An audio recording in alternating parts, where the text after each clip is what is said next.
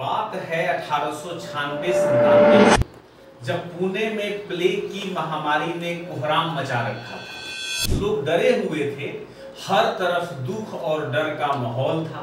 लेकिन उससे भी बड़ी मुसीबत थी ब्रिटिश सरकार की शक्ति। वाल्टर रैंड आपने नाम सुना होगा, जो पूना में प्लेग कंट्रोल का अफसर था। उसने ऐसी नीतियां बनाई कि लोग तंग आ गए।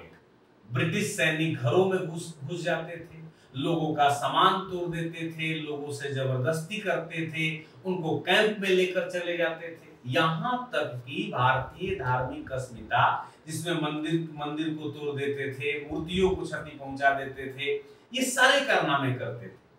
यहाँ तक कि औरतों और बच्चों के साथ भी काफी बदतमीजी किया करते थे। ये सब आम बात हो गई। इससे वहां की जनता, जो पुणे की जनता थी, वह काफी गुस्से में थी और उनका गुस्सा आसमान छू रहा था। उस समय तिलक बहुत आगे बढ़ चुके थे और इन सारे चीजों को उन्होंने अपने पत्रिका, जो केसरी नाम है, अखबार था, पत्रिका नहीं था, अखबार में उन सारे अत्याचारों को बहुत जोर शोर से छाप रहे थे। इसको पढ़कर तीन भाइयों ने, दामोदर, बालकृष्ण और वासुदेव चापेकर, इन्हें हम कह सकते हैं चापेकर बंधु कह सकते हैं, इन लोगों ने अपने दिल में उसको पढ़कर क्रांति की आग जला ली। इन तीनों भाइयों का चाहना था या मानना था कि ब्रिटिश शासन को अब सबक सिखाया जाना जरूरी हो गया। ये जो चापेकर बंधु थे, यह पुणे के एक ब्राह्मण परिवार से बिलोंग करते थे और तीनों भाई पहले एक हिंदू संगठन से जुड़े हुए थे, जहां पर इन लोगों ने जिम्नास्टिक और हथियार चलाने की ट्रेनिंग प्राप्त कर लिया था। दामोदर, जो सबसे बड़े थे, उन्होंने अपने भाइयों से कहा कि हम छोटे मोटे सिपाहियों को जो गलती कर रहे हैं, इसको मारने की जरूरत नहीं है। हमें उस शख्स को सबक सिखाना है या निशाना बनाना है जो इस सारे अत्याचार का जिम्मेदार है, जिसे हम वाल्टर रैंड कर रहे हैं, जो अधिकारी था।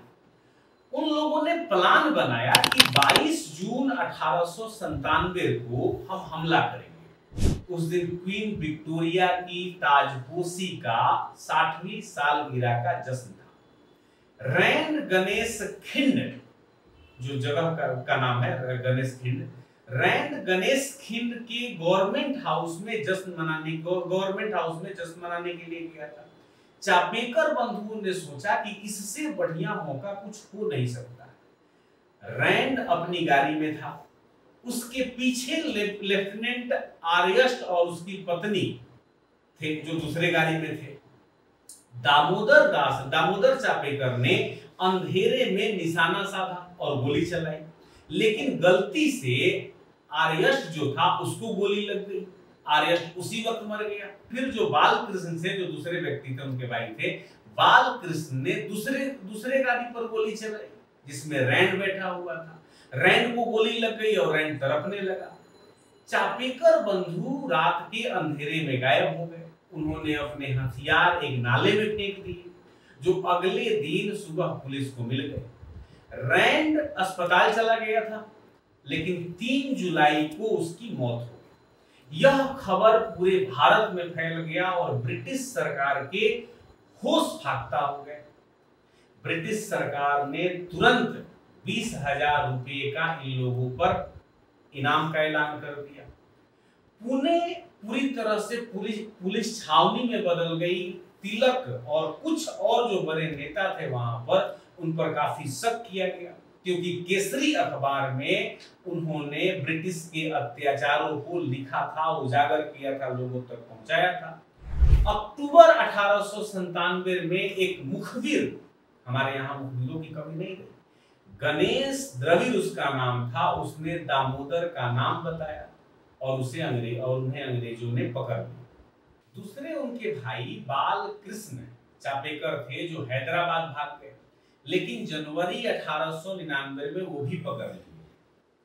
वासुदेव और उनके दोस्त महादेव रनाडे ने मुखबिरों को मारने की कोशिश की, क्योंकि दोनों भाई तो पकड़े गए थे, लेकिन फरवरी 1899 में वो भी पकड़ लिए गए और इन सारे लोगों को अंग्रेजों ने फांसी दे दी। ये पहला स्टेप था जब भारत में महाराष्ट्र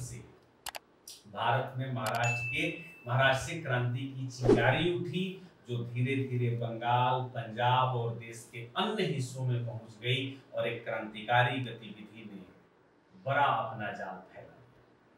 थैंक यू, मिलेंगे हम लोग नेक्स्ट क्लास में।